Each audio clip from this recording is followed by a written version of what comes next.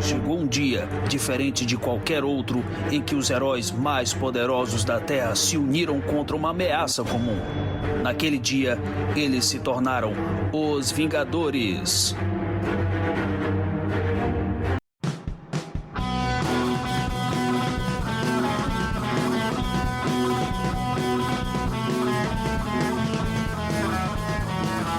E aí, moçada, bem-vindos à ação do Avante Vingadores, do seu podcast mensal do site Arte Final. Acesse www.artefinalhq.com.br para todas as edições do Avante Vingadores, Pilha de Gibis, Sete Avulsos, Omniverso e da Pilha do Aranha. Nós estamos também em todas as redes sociais, é só procurar por @artefinalhq no Twitter, Instagram e YouTube. E nós estamos também no Deezer, Spotify, iTunes, Google Podcast e no seu agregador de podcast favorito. E agora também no Orelo. Procure lá que todos os episódios estarão disponíveis para você. E agora, além de comprar seus gibis pelos nossos links da Amazon, você pode também nos ajudar mandando um pix de qualquer valor para artefinalhq@gmail.com. Avante, jagunçada! Estamos aqui mais uma vez, eu, Maurício e o Luiz Cláudio. Olá. Na equipe básica dos Vingadores, o Homem de Ferro e o Capitão América. Ninguém sabe quem é quem. Ou seja, o Hank Pym e o Vespo. Horrível. A gente tá aqui em emergência, né? Quando só sobra um ou dois ali no computador enquanto toda a equipe tá em ação. É, o platão do monitor, né?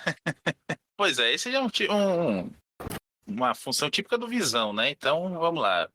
Visão e o Feiticeiro Escarlate. Mas deixa de besteira, vamos falar de um gibizinho aqui. Esse gibizinho eu vou assumir a culpa aqui, né? A autoria por essa pauta, porque eu tava arrumando minhas coisas aqui na estante e achei ele no meio da pilha aqui e lembrei que gostei muito da leitura. Eu sugeri ao Luiz, afinal de contas a gente tinha uma ideia aí de uma pauta grande e pouco tempo para gravá-la, né? Pouco tempo para ler tudo e gravar. Então eu disse, não, vamos botar isso aqui, que é mais simples e tudo mais. O Luiz, como uma pessoa generosa que é, aceitou e talvez eu me arrependa aqui ao longo desse programa, desse comentário, desse gibi, talvez não sei. Vamos seguir adiante aí, falando de Vingadores, a Era de Ultron. Um gibizinho aí que saiu aqui no Brasil. Primeiro de tudo, né? Lá nos Estados Unidos ele saiu em 2015, junho de 2015, e aqui saiu um ano depois, junho de 2016, pela Panini, no mesmo formato, né? Só que aqui capa dura, formato um pouquinho maior, um magazinezinho ali, não chega a ser um magazine, mas é um formato maior, na época que a Panini estava mandando imprimir tudo lá do outro lado do mundo, acho que era na China, Tailândia, um lugar desse aí, bem sem direitos trabalhistas. Um gibizinho barato pra cá. Bons tempos que um quadrinho dessa qualidade é, sei lá, uns R$30, né? R$28,90. Exatamente. Hoje não seria vendido por menos de 90, né? R$28,90. Se você esperasse uma Black Friday da Amazon naquela época, é uma Black Friday de verdade, né? Você pagava aí 10 conto fácil, então botava R$5,90 só pra juntar R$100 ali e dar o frete grátis da Amazon na época. Bons tempos mesmo. Esse gibi é mais ou menos ali da época das capas brancas, né? Da Panini, Luiz. Teve aí muita coisa do Aranha, muita coisa dos Vingadores também. O surfista do Michael Red com o Slot, que o Luiz outro dia aí me disse assintosamente que não gostava. Vamos ter uma discussão, uma DR séria aqui, fora dos gravadores. Pô, é um gibizinho que foi de uma época da Marvel que a Marvel fez uma iniciativa aí do Marvel OG, né? Original Graphic Novel, OGN, não sei. Aqui veio como OG, tá até no gibizinho, não, é OGN mesmo. Essa edição, a outra que era do Warren Ellis, que é uma branco com cinza, É Guerra Sem Fim. isso, ela tinha um negócio que você botava o celular e levava pra uma coisa interativa, não é? Eu acho que essa edição do Era de Ultron não tem isso, da outra aí também. Não tem não. O outro tinha mesmo, aquele Marvel AR, né? A Augmented Reality, que é uma ideia lá da Marvel, que você apontava o celular e aí ele escaneava um códigozinho, uma URL, na verdade, você ia para um site que tinha um conteúdo extra, alguma explicação ali. Alguns gibis de linha da Marvel, algumas mensagens mesmo, chegaram a ter isso, alguma coisa foi publicada aqui, manteve também isso, outras, como a Panini começou a tirar, não sei o quê, e acabou, não deu muito certo não, essa ideia transmídia aí, essa experiência complementada pelo celular e tudo mais, não deu muito certo não, eu acho bobo também, Acho que a não ser que saiba se usar mesmo, né? Como aquela época de tentar fazer ali um webcomic, acho que um pouquinho antes de Vingadores vs X-Men, ou AVX, né? Que tem um gibizinho do Nova, até que começa a história toda, que tem o Nova, o Kid Nova, né? O Novinha, vindo pra Terra, fugindo da Fênix. É desenhada pela Ed McGuinness, se não me engano, e escrita pelo Mark Waid.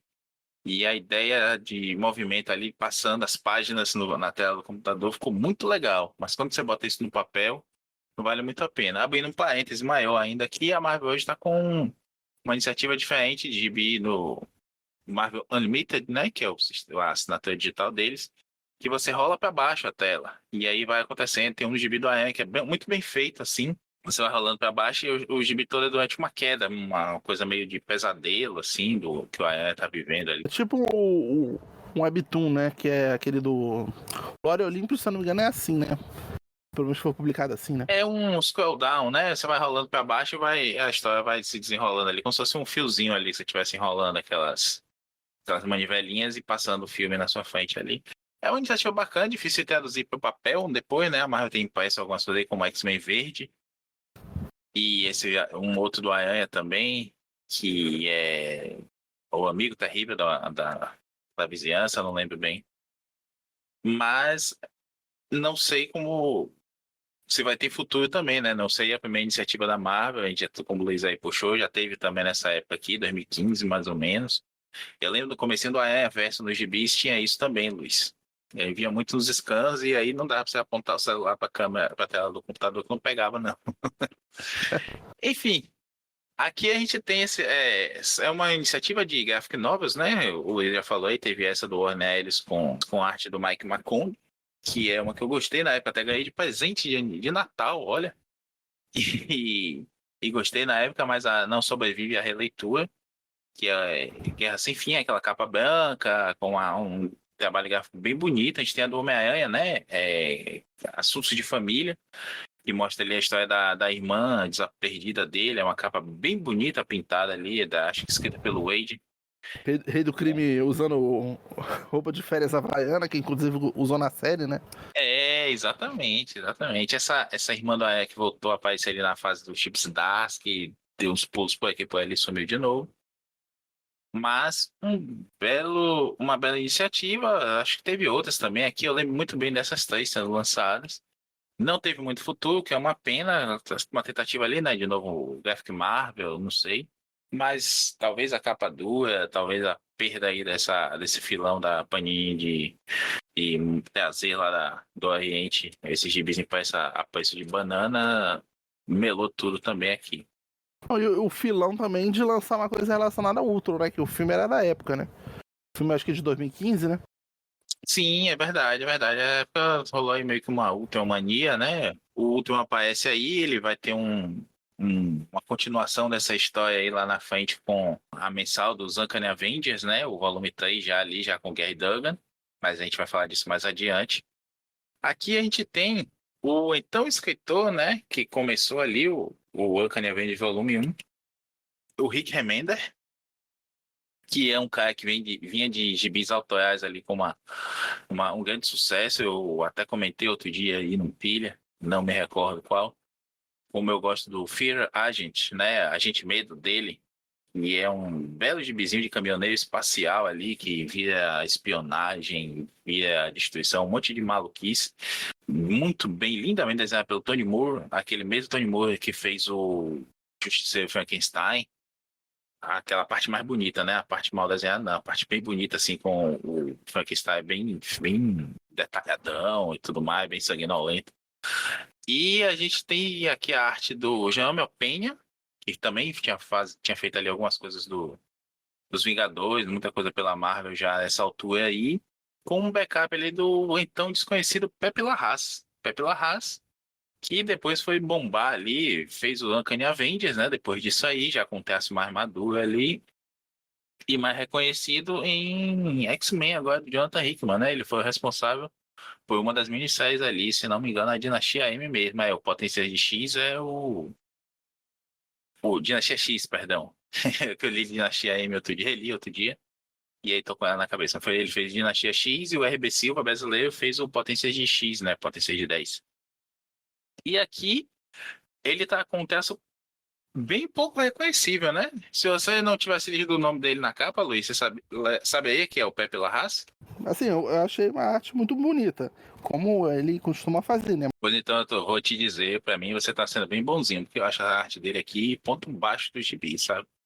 Destoa demais da do Openha, não, até porque o João Openha tem um traço bem específico dele, né?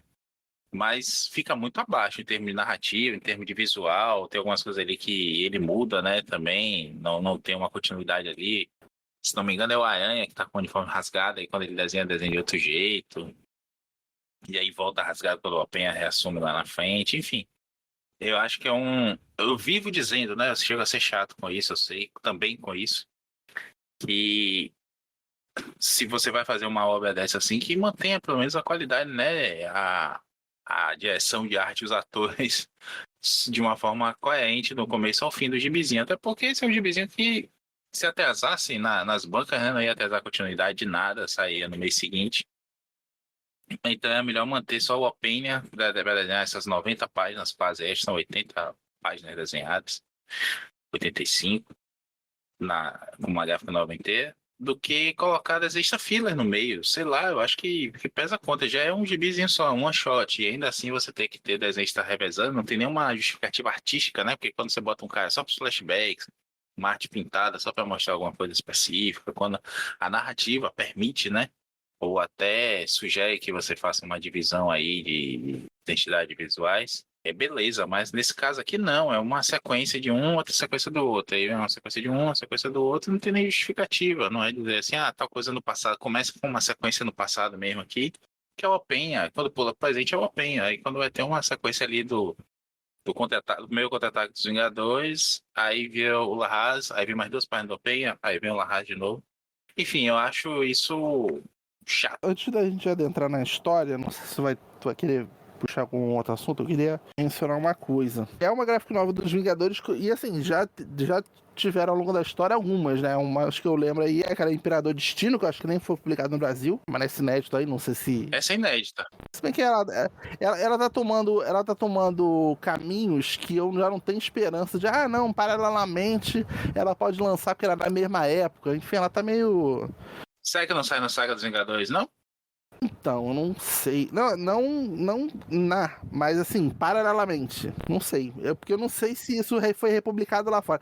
Que a Panini sempre tem a muleta de dizer assim, mas não foi republicado em HD. Não tá uma qualidade boa. Ainda é a qualidade de 1900 e não sei quanto, entendeu?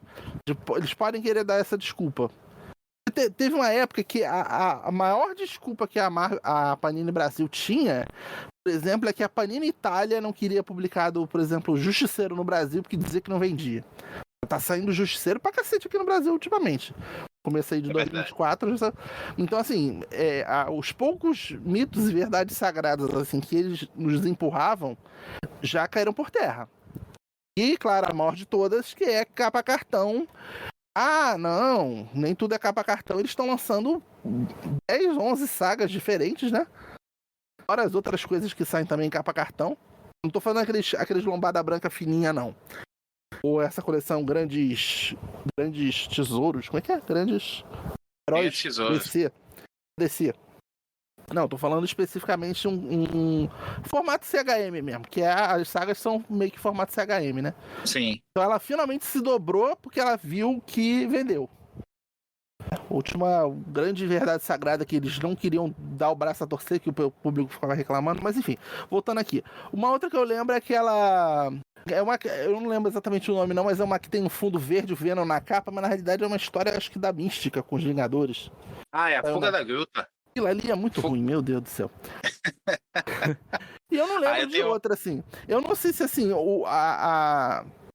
cabeça, mas vamos supor, eu não acredito que seja mais do que 10. Assim, na história que tenha sido 5, 6, 7. Assim, não vou dizer que essa aqui é a melhor, essa que a gente vai estar comentando no episódio, mas assim, eu poderia dizer até que é a menos ruim, não sei. Mas, não sei, eu acho engraçado que não é uma característica dos Vingadores ficar lançando graphic novel, né, assim, acho que é uma coisa mais da DC, né? De lançar isso, né? Também não é só dos Vingadores como da própria Marvel, né?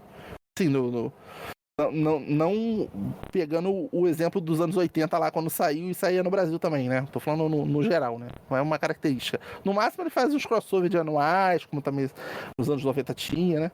Ó, você lembrou bem aí essa da Gruta, eu achei aqui, ela é de 91 e aqui foi publicada na Graphic Marvel 17 de 1993. E eu vou te dizer, tem a Mística e o Capitão América desmaiados e o Venom segurando eles na capa, né, com fundo verde, esse fundo verdão mesmo, aí, que chama bastante atenção de dizer, essa sim, em formatão magazine, capa molíssima, e o título de A Gruta, Armadilha Mortal. E ela tem a ver ali com é uma fuga da gruta, na verdade, né? Eu chamo de fuga da gruta, que foi a fuga que ficou famosa na época, teve muita repercussão nos gibizinhos da época, acho que por isso até que a Abril publicou na época, escrita pelo Danny Fingeroth, com arte do Ron Lim.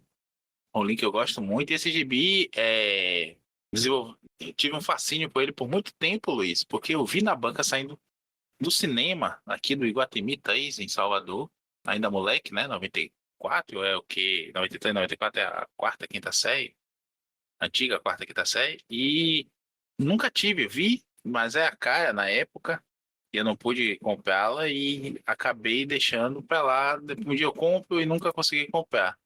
Tentei até ver o preço aqui, mas ela tá em código. Lembra das tabelas? Tá em Cruzeiro Real ainda, C48. Aí só fazendo uma pesquisa mais aprofundada pra saber quanto é isso na época. Concordo com você, Vingadores nunca teve muito essa coisa de graphic novel, não. Acho que até o Aranha teve mais, o Wolverine teve uma porrada. Se você for pegar a Epic Collection dele, tem uns 3 números seguidos, assim, que engloba esses anos 90, que é tipo 6 edições da mensal e mais 6 ou 8 graphic novel no meio, sabe? Tem coisa muito ruim. Tem uma graphic novel que é do Greenpeace, inclusive, né? Assinada ali pela Marvel ou a WWF, uma das duas. E Wolverine com o Casar falando de proteção ambiental, de meio ambiente. Mas os Vingadores sempre foi meio que o underdog mesmo, né, da Marvel. Não, tinha um brilho ali dentro, mas o grande público não conhecia os Vingadores. É a Liga da Justiça da Marvel, como diziam muito, e assim, fora, graças a Deus, né, foi publicada aqui a fase do Stern com o Buscemão, que foi a fase que acho que popularizou mesmo os Vingadores aqui no Brasil. Ou pelo menos, posso estar errado aí, não me xingue, você que está ouvindo a gente, é a impressão que eu tenho pela época também, né? Quando eu comecei a ler um pouquinho depois e o pessoal um pouquinho mais velho sempre dizia assim, mas tem que ler os Vingadores do Stern como Sam. E virou meio que um referencial até para os outros personagens que foram publicados aqui, né? Teve anos de personagens específicos que fizeram sucesso ali. O Hércules teve uma minissérie pela Bahia também, a Conexão Havaí, se não me engano. E uma série de outros personagens que foi ficando assim queridos pelos leitores por conta das suas participações ali. Eu falei de Imperador de China, a gente vai falar, eu acredito que a gente fale disso num Avante futuro por conta da saga, Luiz, porque saiu na Epic Collection. Eu tenho aqui a Epic Collection, que eu acho que é logo a primeira que eu tenho, que seria a segunda da fase externa, né? A primeira ainda não saiu, mas a segunda tem Imperador de China. Eu não me recordo muito, vamos precisar reler aí para comentar melhor desse gibizinho mesmo. E cai por terra a Panini dizer que é porque nunca foi republicado, cai por terra também a Panini dizer que tem que seguir como eles diziam muito, né? Que tinham que seguir a publicação original, porque é a questão contratual e tudo. Quando a gente vê muita coisa da Panini, na época que eles usavam essa desculpa, que saía diferente, como o próprio Justiceiro, né? O Justiceiro Max ali, que saiu em capa dura aqui. Saiu com um mix de volumes bem diferente do que saiu lá, saiu com extras diferentes, enfim. Então, sempre foi tudo na base da boa ou da má vontade dos editores mesmo. E sempre jogando essa desculpinha. Tem coisa, por exemplo, que originalmente, pelo menos o conteúdo é o mesmo, então eu tô raciocinando dessa forma. Que no original era um Epic e tá sendo no Brasil com capa dura em outro formato, que é a definitiva, a Fabulosa X-Men. É a Epic, é exatamente o mesmo conteúdo. Pois é, e aí você diz, para que ele tá lançando a Epic, por que você vai lançar também um ônibus? Para que vai lançar a Epic se está lançando Saga ou vice-versa, né? como surgiu aí essa discussão agora por conta da saga do clone, né? Que vai sair como uma saga mesmo, né? A saga do Homem-Aranha vai ser a saga do clone do Homem-Aranha. Curioso, mas interessante, né? Então, na pior das hipóteses, já sabemos onde a saga do Homem-Aranha vai acabar aí. Ou na melhor das hipóteses. Que como é que eles acharam que 11 epics, que a saga do clone é 11 epics, né? Não venderia, seria muito extenso, mas um formato CHM é um capa-cartão de 176 páginas, que deve dar mais ou menos uns 28, 29, 30 volumes, vai ter venda. Não sei, porque é Homem-Aranha e qualquer coisa vende, não sei. Acho que eles estão seguindo esse raciocínio, né? Talvez a saga do Aranha comece a ficar mês sim, mês não com essa saga do clone, sabia? Canibalizar a outra. Pode ser, bem observado. Eu falo também porque, assim, uma Epic, por exemplo, seria 11 Epics, eu concordo, mas a Epic não é completista, né? A Epic completa, a gente falou aqui no Avante, a Tempestade Galáctica, foi um evento bem específico. A Epic foca muito no título que dá o nome à Epic, né? Por exemplo, a Epic dos X-Men, né? Uncanny X-Men. Vai ter ali um gibi dos X-Men, um gibi da X-Force, quando for necessário, tipo em Canção do Carrasco, em Atenção Fatal.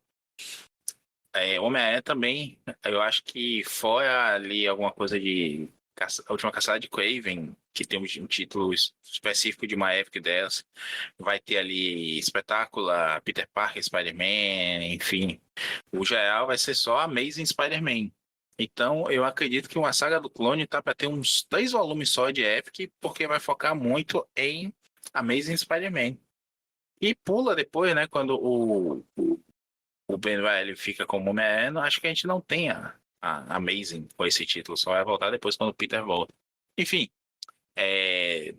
mas o que eu falo assim, tem a publicação da Epic das Vingadores, eu comprei só, já comentei isso no outro programa lá que a gente falou da saga 1 e 2, em breve a gente fala das sagas 3 e 4, né? Tá na hora, né, Luiz? Exatamente. Eu acho que a Panini não vai seguir necessariamente, mas tem tudo para seguir. Eu até peguei até a Atenção Fatal com esse comentário aí recente de publicação da Panini.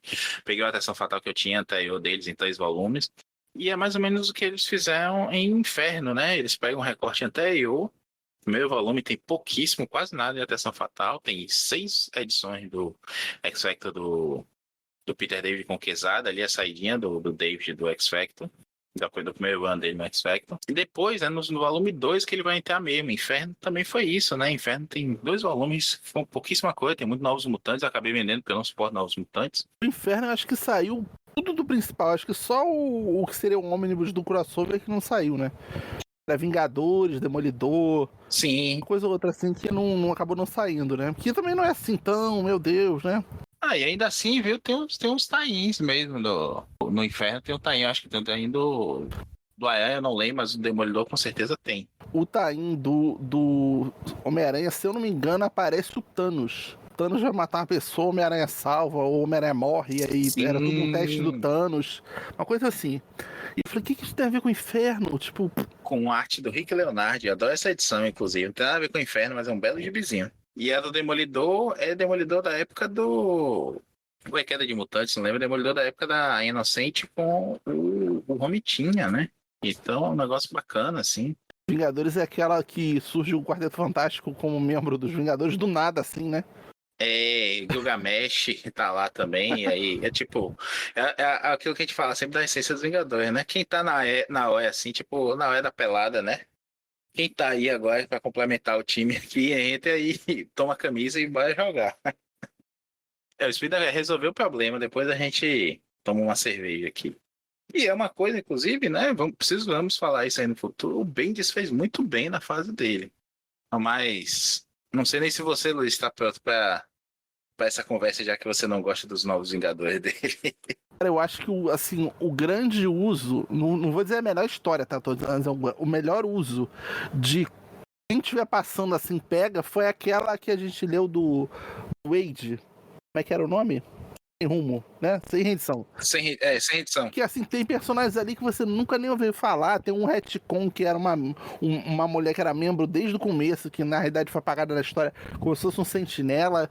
E aí tu fica assim, tá, ela tá traindo a equipe, ela não tá. O importante é que você tem que salvar o mundo. Vamos lá. E- E aí vai os 35 Vingadores lá, aquela história é ótima. Adoro esse gibizinho. Inclusive, fiz questão de comprar a paninha aqui, lançou de uma forma bem legal.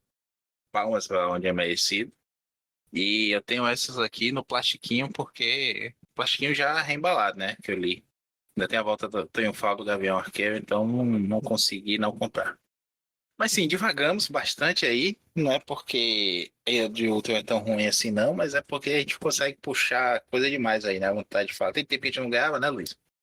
Apesar de, Exatamente. apesar de termos feito aí recentemente uma live com o Daniel lá do Poptopia, inclusive faltou sem rendição naquela tier list.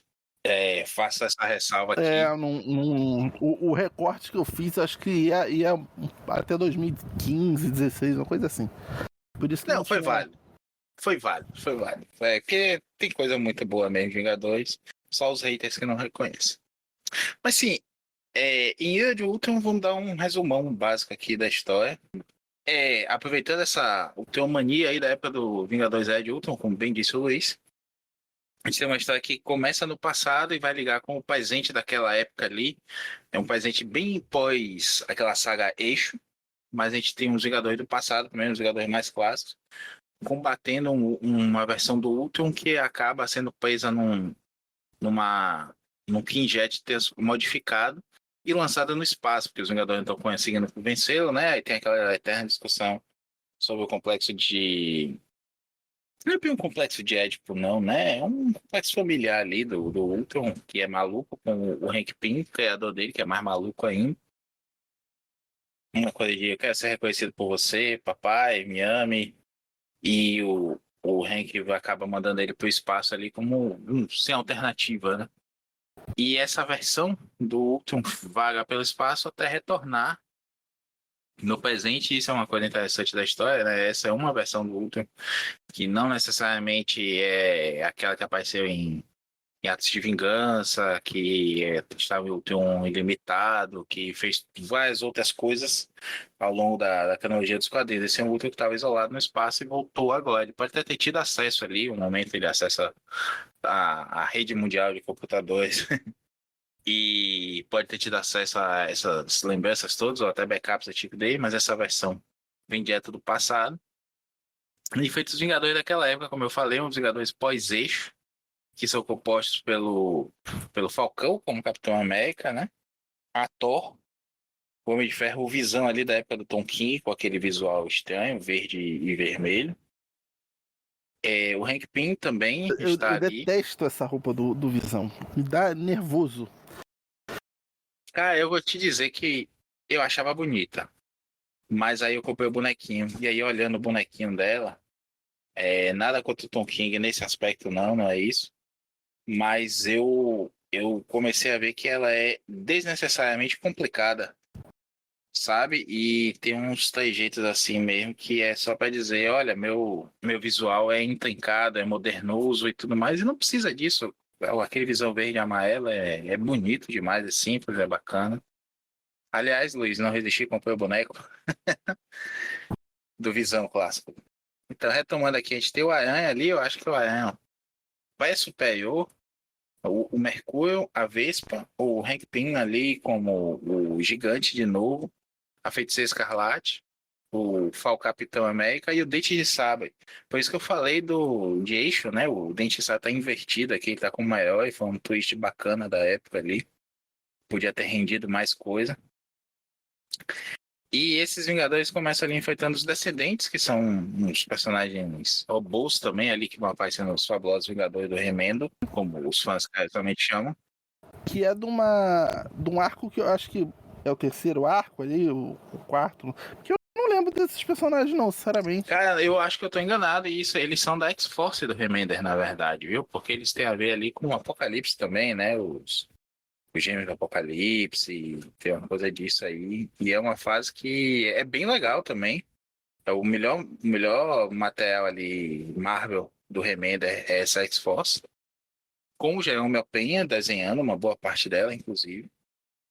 Mas ele não, infelizmente, não fez muita coisa boa na Marvel, não. É uma pena, o autor dele é muito bom. Tanto aquele gibizinho dele que viu série, né? Assassination Class, eu acho. Deadly Class, perdão. Assassination é o mangá. Deadly Class, viu, eu sei, também não deu muito certo, mas é um gibizinho bem legal, bem bonito, com uma proposta bacana. Mas os Fabulosos Vingadores dele, e essa saga Eixo e muitas outras coisas lá, infelizmente não deu certo, não. A Marvel tinha, por muito tempo, né, desde o Bendis ali nos Vingadores, teve essa coisa de pegar um escritor para ser o showrunner daquela época, e ele ficava responsável pelos eventos também de os crossovers e tudo mais, né? E a gente teve merdas como a Essência do Medo, do Matt Fraction, teve Liga Vingador, ou Liga Vingadores não, não é. Vingadores e X-Men, a gente teve aquele outro lá, Pecado Original do Jason Aaron. Enfim, é uma porcaria isso. Atualmente ele tá produzindo super-herói na Marvel? Não, o Remender tá autoral na Image de novo.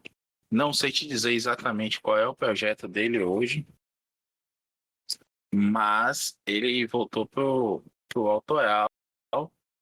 Ele fez o Black Science, né? Ele fez, tô dando uma pesquisadinha aqui, o Black Science que inclusive sai recentemente pela Dark Side aqui. E ele tá com outros materiais lá pela Image mesmo. Fear Agent, como eu falei, né? O Low, Deadly Class, Tokyo Ghost, que é bem bonito, e o Black Science são os principais aqui que estão no portfólio dele aqui do site da Image. Mas ele tem um muito bom que a gente comentou, acho que foi o Dãozinho que comentou num pilha também, que é um Righteous Thirst for Vengeance, que em português perdão aí meu inglês ali do sul de Manchester, é uma justificada sede de vingança, não sei como foi que o Gibiscuit traduziu aqui, mas a gente tem um pilha sobre isso, que é com aquele Felipe Andrade, desenhista português, muito bom, um gibizinho bem legal, pancada aí, apoio, assim, tudo seco mesmo. Se você gosta daquela narrativa contínua de Walking Dead, vai gostar desse gibizinho. Mas, infelizmente, aqui, eu acho que ele fez uma obra boa, beleza, né? Como eu falei, a gente vai ter essa volta desse Ultron, ele dá uma passadinha ali na Lua de Titã, onde vive lá a família do Thanos, né? E... Só um minutinho pra conectar a pergunta que eu fiz. Eu te perguntei isso porque, assim, ele bota algumas ideias, alguns conceitos aqui são tratados de forma rápida, porque é uma graphic novel, né? E isso aqui é praticamente dá pra ler numa fila de banco, né? Um banco que tem uma fila grande, mas dá pra ler. Mas assim, eu gostaria de ter visto ele, sei lá, nem que não fosse na Vingadores principal, numa mensal, sabe? Talvez ele tivesse saído melhor do que o Jason Aaron. Eu não sei se ele substituiria o Jason Aaron depois, né? Que é o McKay, né? Que tá escrevendo atualmente, né? Na época, eu não sei quem... Ainda era o Wade, né? Aí depois do Wade que veio o Jason Aaron, né? Eu não sei, botava uma outra revista paralela, como muitos anos teve revista paralela que era a Might e a Academy, que foi o Dan Slott que escreveu, né? Então dava uma outra mensalzinha pra ele desenvolver esse tipo de coisa, sabe? Acho que ficaria legal, assim, não sei, acho que, sei lá, em 100 páginas, ele bota uns conceitos interessantes que eu gostaria de abordar, ver abordado melhor, entendeu? Não vou dizer assim que esse conceito do Ultron e o Visão, não, a máquina tem sentimento, pelo menos eu tenho, não precisa matar os outros. Isso é uma coisa que, assim, nem dava tempo de ser tratado em todos os quadrinhos que o Ultron aparece. O Ultron aparece, começa a matar um monte de gente, os Vingadores impedem ele. Antes daquele discursinho de minha mãe, meu pai, já matam ele e acabou, entendeu? Aqui ainda dá tempo dele falar o porquê que ele tá fazendo. Os Vingadores, que são os pais e mães dele, os parentes, vamos dizer assim, dá tempo de ter uma conversa maior antes de ser derrotado, entendeu? Aqui eu acho que ainda deu um conceito um pouco maior do que superficialmente é feito sempre, né? Até porque o próprio o Ultron não aparece tanto, né? A história aí não deve ter aparecido nem em 200 revistas, né? Não, mas veja, eu concordo com você, não, acho que vale a pena essa discussão aqui, sim. Eu concordo com você que essa discussão do Ultron, né, do sentimento, do Visão também, são interessantes, e todo esse complexo familiar aí é interessante. A gente tem isso arranhado mesmo ali no Ultron Ilimitado do Busiek, mas nunca foi mais desenvolvido, assim. A gente vai ver o Gary Duggan falar um pouquinho mais disso aí quando o Ultron volta depois em Uncanny Avengers. Agora, concordo que se fosse um arco aí de 6 edições, 12 edições até, né? Se fosse uma fase com um perigo iminente do Ultron, o Ultron tá chegando e levantar discussões, e ele mandar agentes, enfim, uma coisa mais padrãozinha assim, ou até uma aloprada legal aí dentro desse conceito, ligando aí com os flashbacks, não sei. Dá para construir uma grande narrativa, assim, né, ao longo das eras do Ultron, que não foi feito aqui. Agora, eu não sei se o Remender conseguiria desenvolver isso, Luiz. Assim, eu acho que ele é muito uma no pé e outra na ferradura, sabe? É porque você falou aí dele de mensal, mas ele teve a mensal dos Fabulosos Vingadores, né? Esse primeiro volume, que começa ali com a arte do Cassaday, já desaprendendo a desenhar. É, tinha tudo para ser boa. Ele começa bem, ele dá uma derrapada aqui, ele tem aquela outra discussão, né? Que o Remender faz o destrutor da alma de Morgan Freeman e não falar de raça. Mas Ah, tá. essa eu lembrei, outro dia apareceu aí no Twitter, eu lembrei dessa realmente na época. Não soou tão mal, mas envelheceu bem mal esse diálogo aí. Ah, se você não quer ser chamado de mutante, quer ser chamado de quê? E aí o destrutor respondeu, me chame de Alex. Cara, Enfim, se eu não botei essa fabulosa naquela tier list lá da live, a gente ia ficar discutindo meia hora sozinho. Só desse primeiro arco, entendeu? Aí eu falei, pô, não, melhor não botar, porque. Pelo menos assim, dá pra discutir um pouco, né? Ruim ou bom, é uma coisa que dá pra discutir. essa você nem perdeu tempo de colocar para te dizer, não perca seu tempo. Pois é. Mas sim, eu acho que o Remender, de novo, né? O X-Force dele é bem legal, tem momentos muito bons, mas eu acho que ele se perde ali, ele quer construir uma grande narrativa e ele traz alguns elementos que ele construiu na X-Force, ele vai jogar lá pro Uncanny Avengers também.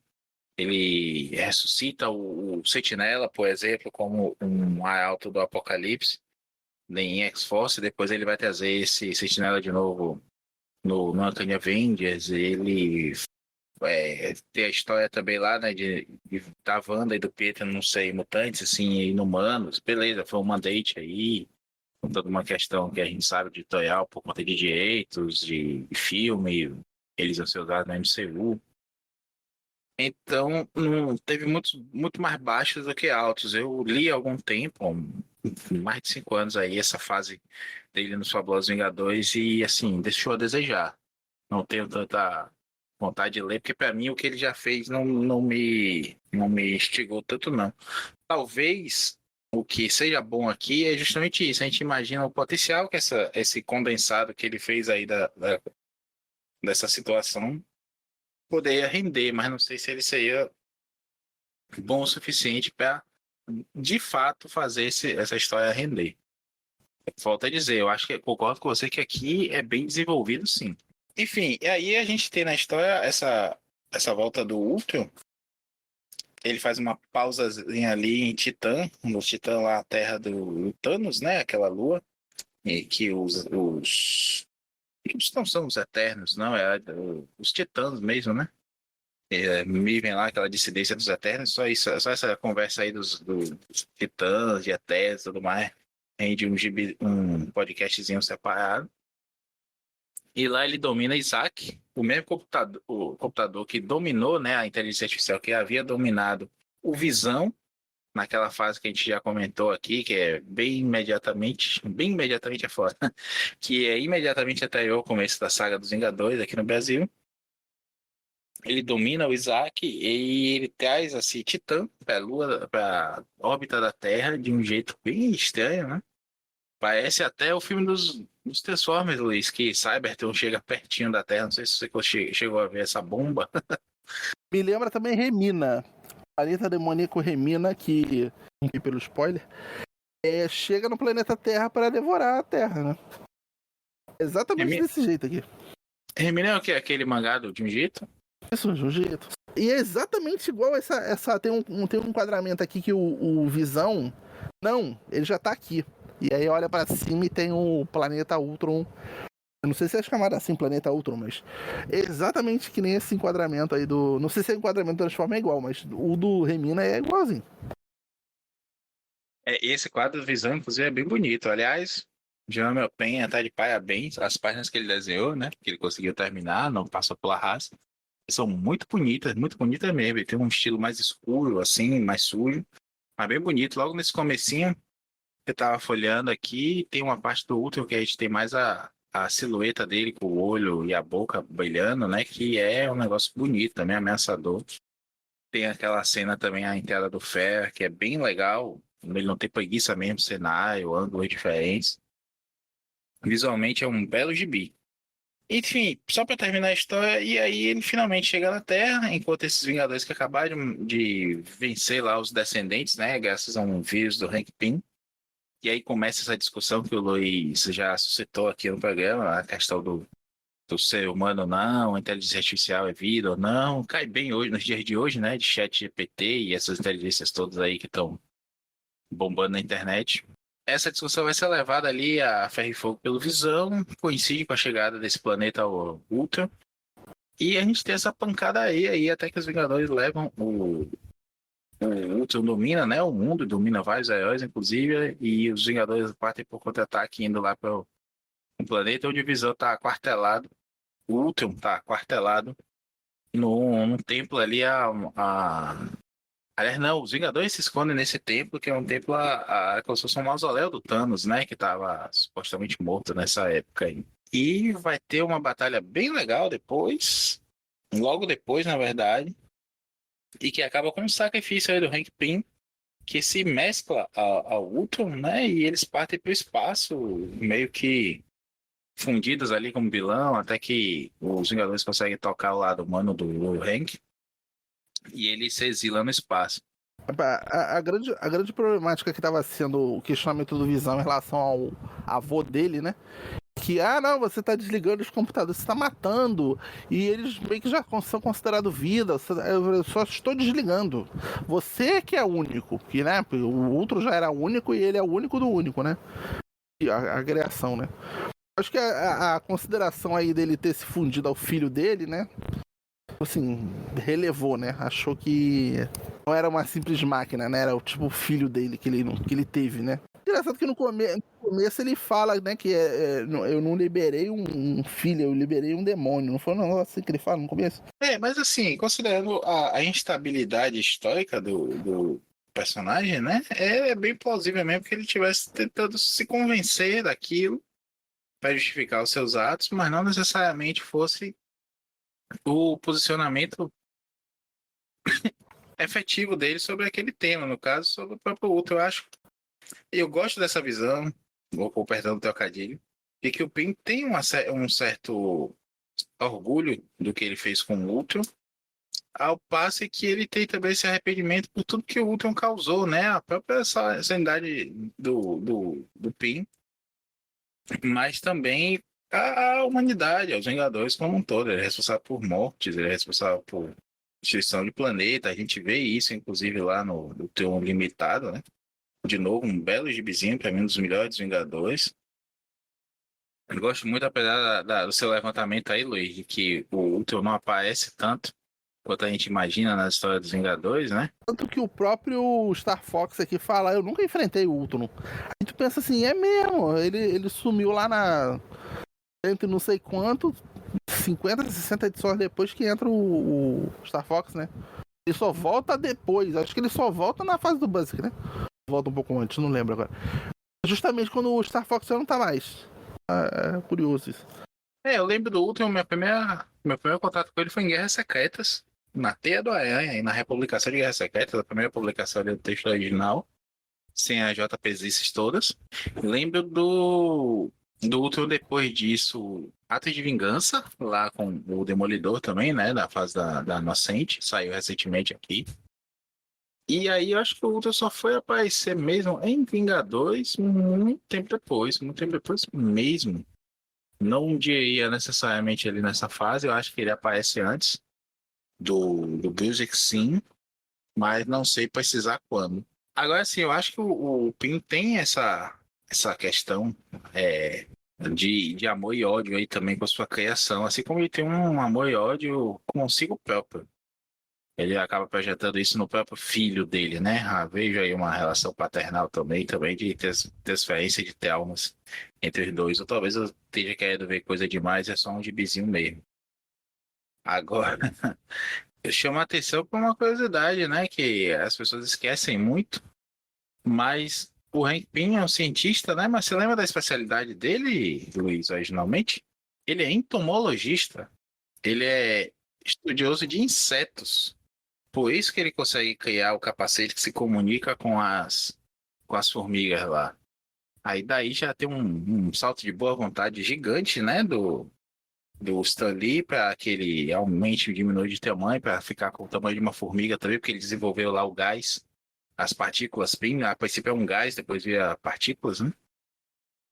E mais ainda para a ponta dele desenvolver robôs com inteligência artificial tão aprimorada, né? O Ultron tem a capacidade de se atualizar constantemente. Isso é realmente uma boa vantagem gigante. E quem me chamou a atenção para isso foi o Bernie, no gibi da Mulher Hulk, que a Mulher Hulk comenta com aquela amiga dela que chamar um médico, chama o doutor fulano, doutor, mas qual é a especialidade dele? E aí a Mulher Hulk fala assim, não precisa ter especialidade. No gibizinho até um cara que é estudioso de insetos como o Hank Pym e a inteligência artificial e faz nave dos Vingadores. Então, o importante é ter o doutorado em alguma coisa só. Em que não importa. Mas o problema é que todo doutor, pelo menos na Marvel, é vilão, né? Pô, vilão é maluco, né? Ou tem algum Exatamente. pezinho ali. Até o próprio doutor Reed Richards já foi retratado aí várias vezes como um vilão ou perto disso. O Fé, recentemente aí, né? Enlouqueceu também. Os vilões todos a gente não precisa nem dizer. Tem algum doutor realmente bom na Marvel? Ou alguma doutora? Eu não sei se a enfermeira é enfermeira noturna, mas ela deve ser médica também, né? Aí poderia dizer Bem, ela. bem lembrado. Não, lembrei aqui que o Homem-Aranha também, quando conseguiu o doutorado, na verdade foi o Octopus, né? Dominando o corpo dele, que conseguiu o doutorado, porque ele não admitia não ser chamado de doutor pelas pessoas. Uma coisa curiosa, assim, pra comentar também, só pra dar uma espetada aí, né? Quando tem esse confronto da versão dos Vingadores robótica que o Ultron bota pra enfrentar os Vingadores, não é que nem Noite Mais Densa que o pessoal fica olhando lá os zumbis. Ah, meu amor, é o zumbi da Mera, eu não posso matar ela porque ela é a Mera. Aqui eles descem o cacete e foda-se. Não é os Vingadores, não. Na Marvel ninguém tem pena de nada, não. Ninguém fica com conflito moral de pode ser que seja, não. Faz e foda-se. Derruba primeiro, depois resolve. Isso aí é a regra da Marvel, né? Dois personagens estão se encontrando pela primeira vez, tem que sair porrada. Às vezes estão se encontrando pela 10ª vez e tem que dar pocada também. Gosto, mas aproveitaria para chamar a atenção aqui nessa reta final a participação do Star Fox, né? O que você acha do Star Fox como Vingador, Luiz? Eu acho interessante, mas assim, quando começa a ter uma. Quando ele entrou, né? Quando começa a ter uma participação interessante, ele já sai, né? Eu não sei se ele sai um pouco antes do namoro entrar. Acho que ele sai antes, né? Antes. Ele não fica muitas edições. Não. Ele sai logo nesse comecinho aí da saga dos Vingadores, porque ele vai à Terra da Nebulosa, que ele tá caçando ela como uma pirata espacial e tudo mais. E aí quando os Vingadores voltam pra Terra, aí tem a Terra Selvagem, depois o Namor entra também, ele é chamado ali pelos Vingadores. Ele volta a aparecer, acho que só no Desafio Infinito, né? Que ele é uma das testemunhas ali do genocídio, né? Ele, o Mephisto e a própria Nebulosa depois, né? Que fica meio moribunda também. Isso, naquele estado intermediário, né? Não, ele volta um pouco antes, na verdade. No Burn. Quando o Burn escreve ali um pouco antes do Desafio Infinito. Já comentei essa história de outras vezes. Capitão América 176 aqui no Brasil. Minha primeira Capitão América. E que o Homem-Aranha participa também. A arte do Paul Ryan, o texto do Burn. Eles vão para o espaço e aí encontra justamente a Nebulosa. E o Star Fox está lá. Também a arma que ela usa dá aqueles blink, aquelas piscadas no espaço, né? Que deixa a tela não, a página branca que o Bernie sempre gostou de usar. E nesse gibizinho, inclusive, a Cersei, que tá nos Vingadores na época, e é prima dele, né? Ela é eterna, e como eu falei agora há pouco, os Titãs são uma desistência dos Eternos. A Cersei deixa todo mundo ali em uma estase, num coma, que é induzido, né? Para aparecer uma morte ali, fugindo da nebulosa. E quando os Vingadores vão ser dados como mortos, o Star Fox lembra, né? De uma brincadeira dos Eternos quando criança, que se fingiam de mortos assim, ficavam meio que inorgânicos e tudo mais. E aí ele faz uma mini Unimente ali com a Cersei e desperta todo mundo. Eu lembro bem dessa parte aí, isso me pirou muito a cabeça. Eu não sabia nem que Zorro é Unimente, não sabia que os Eternos e os Titãs eram parentes, não sabia de porra nenhuma. Mas gostei da sacada e o Bernie mostrando mais uma vez aí que conhece a cronologia. Apesar de moldá-la extremamente às vezes. Mas assim, é meio problemático, né? O poder dele, né? Que é. Força as pessoas, né? Ah, assim, é considerado assédio até, né? O gibi da Mulher Hulk Ele até do fala isso no Slott. quadrinho, né? Ele fala até isso nessa gráfica nova. Você tá usando o poder pra me cantar, me convencer pra cama contigo? Aí, não preciso não. Garanto. No gibi da Mulher Hulk do Slott, ele chega a ser processado por assédio por isso, né? E aí ele concorda em ir embora e tudo mais. Porque fica sempre a discussão, né? Ele tá usando poder, ele não tá usando poder. É bem legal. E agora ele voltou, né? Nesse dia de julgamento aí, né? A XE, né? Que é Vingadores, X-Men e Eternos. Uma saga começa muito bem, a gente acompanhou toda aqui no Pilha, tem vários programas falando sobre ela. Participei lá no Utopia X também falando de uma dessas fases da saga.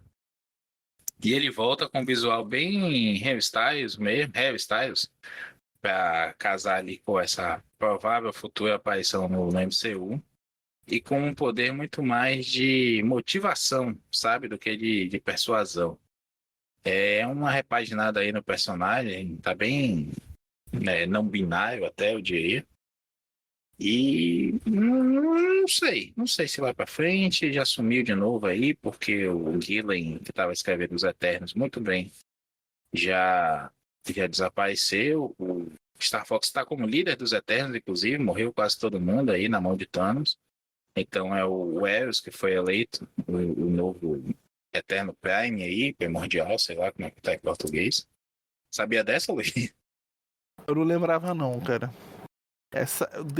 Depois ali que sai isso é o quê? O Walt Simonson? Não, isso é agora.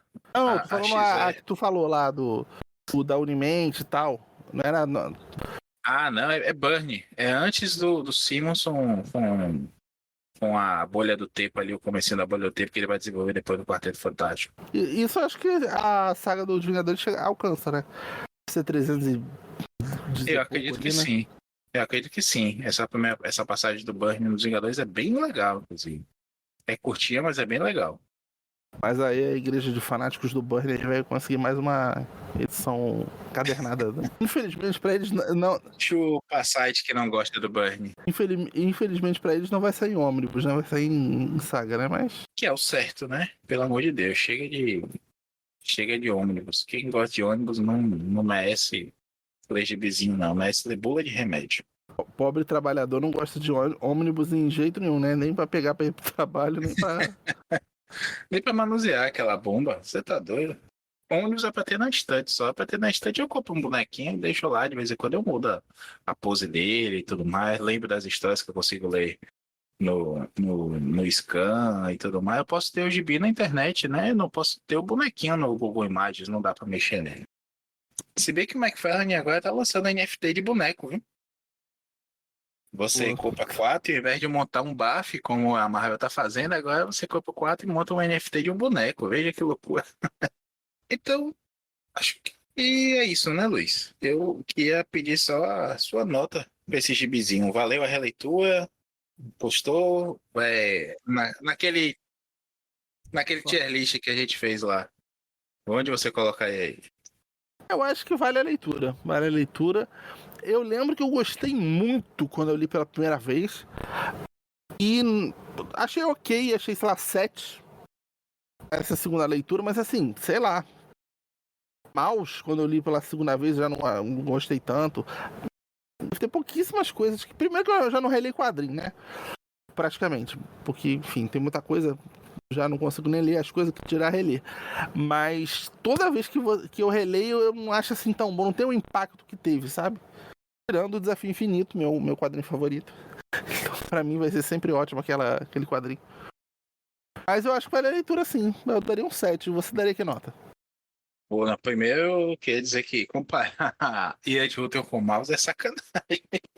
Mas entendi, você não tá acompanhando a obra, tá acompanhando a experiência da releitura e o impacto, né?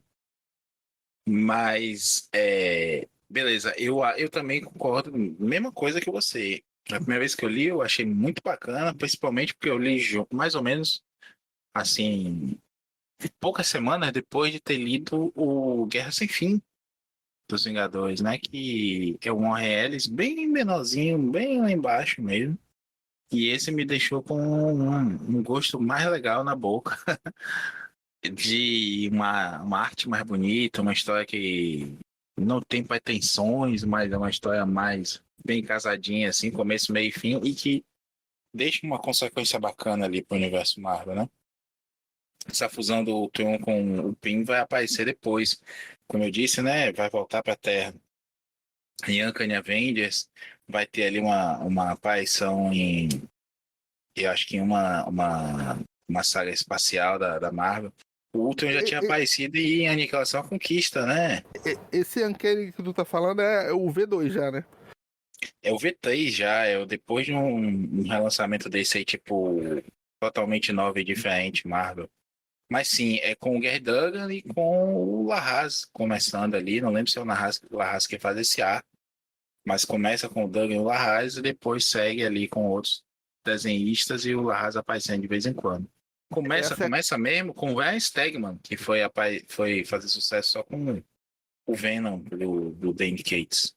Essa Uncanny aí, que é uma que provavelmente eu nunca vou ler na vida, porque tem o Deadpool como membro, né? Acho isso um absurdo. Eu já não gosto da Vampira como membro dos Vingadores, que dirá o Deadpool. Não tem nada a ver. Nada a ver. E a Vampira líder dos Vingadores, né, então? E olha, os Vingadores já tiveram Demolição, Trodruída, Homem-Areia, mas não dá. Deadpool não dá, não tem nada a ver. Não, você tá de má vontade. Tente de saber aí no gibi. Claramente eu tô de má vontade, porque assim, o que eu. Assim, tirando o humor, o que diferencia o Deadpool do Wolverine? Faz a mesma coisa, vai matando as pessoas, né? e é um dos grandes membros dos Vingadores, o Wolverine, né? Enfim. Veja você. Quando ele entrou, também teve esse questionamento, né? Na fase do Benz ali. Este assassino está no grupo dos Vingadores. Porra!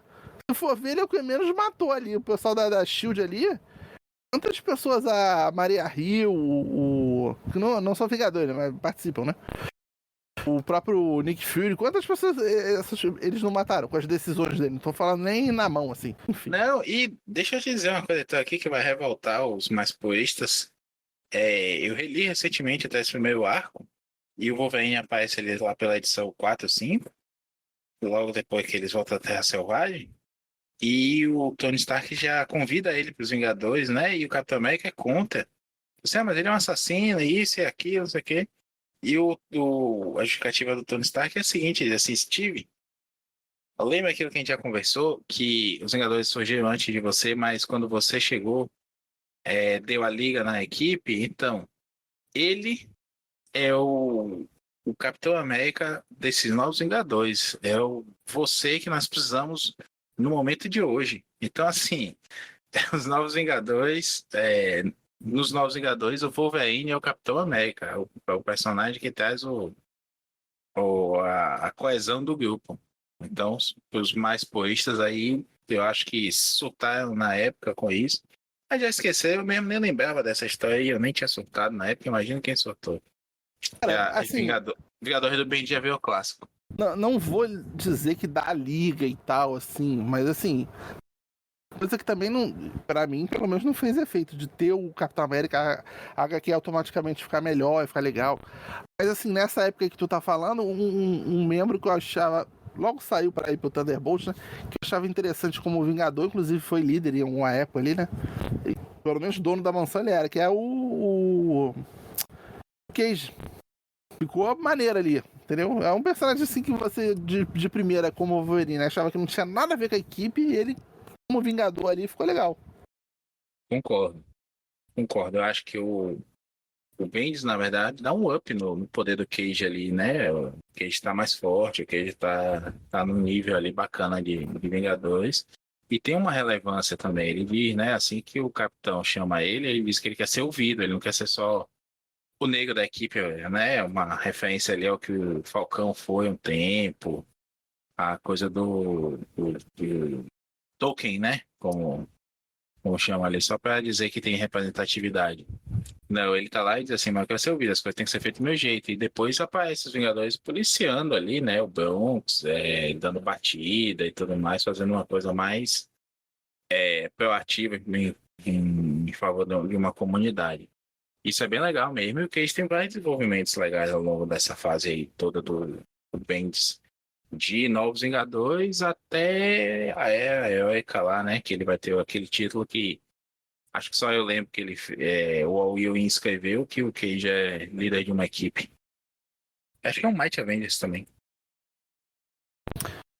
Teve uma época aí que ele foi pro Thunderbolts, não foi? Eu acho que foi depois, né? Acho que foi no Marvel Now. Ele foi pros Vingadores ali, eu não lembro quem escreve, mas tem a arte do Kevin Walker que eu gosto muito. E é quando o agente americano tá numa cadeira de roda, sem uma mão e tudo mais. E aí aparece o Clor, né, que é o clone do Thor também, nos Vingadores, eles vão para uma realidade alternativa e lá remontam o John Walker, que volta a ser o agente americano full time. E é uma loucura esses Thunderbolts aí. Tem até o Fanático como Thunderbolt nessa época lá. Eles são uma equipe que fica presa na balsa, né? E sai algumas vezes para fazer as missões em troca de diminuir a pena. Bem Esquadrão Suicida mesmo. O Thunderbolt. O Fanático, assim, se fosse herói, acho que ia ficar maneiro também, assim. Mas aí não dá, né? Porque teria que ser um vilão que foi vilão no começo e logo depois mudasse. Tipo Gavião Arqueiro, tipo Viúva Negra. Não daria pra fazer esse retcon, porque de alguma maneira iam querer voltar, né? Como, por exemplo, Lex Luthor já foi da Liga da Justiça e tal. O natural dele já virou ser um vilão, mas eu acho que seria interessante, cara, se ele continuasse assim como... Por causa ele tá com um herói, né? Thunderbolts, né? Mas enfim. Eu concordo, e digo mais, assim, para mim a questão não é nem essa, viu, Luiz? A questão é que quando transformam o fanático em herói, eles dão uma reduzida muito grande nos poderes dele, como diz o jovem, né? Nerfam o personagem demais. Eu sinto que estragam até ele. Eu vou lembrar aí, você pode dizer, mas foi o Chuck Austin, mas lembra da fase do Austin nos X-Men, que a gente tinha o Fanático como líder, como mutante do bem, né? Não é mutante não, né? Um X-Men. E ele só apanhava mesmo, né? A gente teve recentemente aí, teve uma mini que mudou o uniforme dele e tudo mais, que tá bem legal, mas ele também toma cacete, e só quando ele tá do mal que ele sai batendo todo mundo, dando risada, enchendo a cara. Eu gostaria de ver esse Fanático aí, Powerhouse mesmo, como chama lá em inglês, né? Um cara que você visse ele chegando e dizer assim, fudeu, a bola de segurança dos Vingadores, né? Mas não, ela acaba sempre apanhando muito, como aquela crítica que eu já fiz também ao próprio Thor do Busiek, né? Nos Vingadores. Ele tem lá esses momentos, mas realmente ele só apanha. É uma pena isso. Vem aí agora, né? Essa fase nova dos X-Men pós-Hickman. O Fanático, inclusive, está numa das equipes mutantes. Ele que deu uma salvada boa aí, ajudou o que pôde os mutantes agora nessa fase final que é a cor. Ele tá como X-Men de novo aí numa equipe liderada pelo Ciclope. Vamos ver o que é que vai ser feito dele. Mas eu, infelizmente, não espero muita coisa, não. Aliás, ele também foi X-Men na fase pré-Hickman, com o Matt Rosenberg, também com o Ciclope sendo o líder da equipe. Ciclope com um olho só, né? Mais Ciclope do que nunca. E é uma fase bem legal. Eu gosto muito, acho extremamente subestimada. infelizmente, mas que, não sei, também teve um fanático que apoiou muito, mas gostaria ser um bom Vingador, né? O público agora viu uma prévia de um episódio que acho que é o que eu mais quero gravar assim na história, que é uma pauta livre, não sei se vai ser só a gente ou vai ter a terceira pessoa também, que é quem a gente colocaria numa equipe perfeita. Tanto a equipe clássica normal, né, que seria, sei lá, uns 7, 8 aí, quanto quem nunca foi, quem foi só uma vez e nunca mais voltou e poderia ser também. Então, uma das coisas que eu mais penso em gravar é essa ideia. Formações tópicas aí dos Vingadores. Topo, hein? Vamos nessa, gostei da ideia. Porque, se você pensar, ele é um Hulk possível, né? O Hulk já foi membro e meio que quase nunca foi. Uma vez ou outra aparece, mas não é Vingadores. É tipo, o mundo tá precisando de alguma coisa, é um monte de gente junta e aí ele aparece junto. Tipo, Guerra Secreta não era Vingadores, ele era todo mundo. Agora é uma parada possível que poderia. Com o próprio Dente de Sabre nessa graphic novel, ele aparece ali, entendeu? E é bem legal. É, marcado como. Não, e aí ele, com permissão dele, ele volta lá pra jaula lá, a cela dele lá, que ele tava preso, né? Mas seria uma parada interessante. Aparecer de porradaria franca com o Wolverine toda vez também já é meio cansativo, né? Aquelas tramas de origens que eles botam entre eles, né? Enfim. Então, a gente fica por aqui hoje comentando essa graphic novel, essa OGN aí dos Vingadores. A gente tá numa crescente aí de qualidade, né? Que o anterior era Genasse. Esse já tá numa qualidade ok. Eu recomendo todos lerem, porque é um quadrinho que não é muito comprido, né? A história que passa rápida, não tem nem tantos diálogos assim.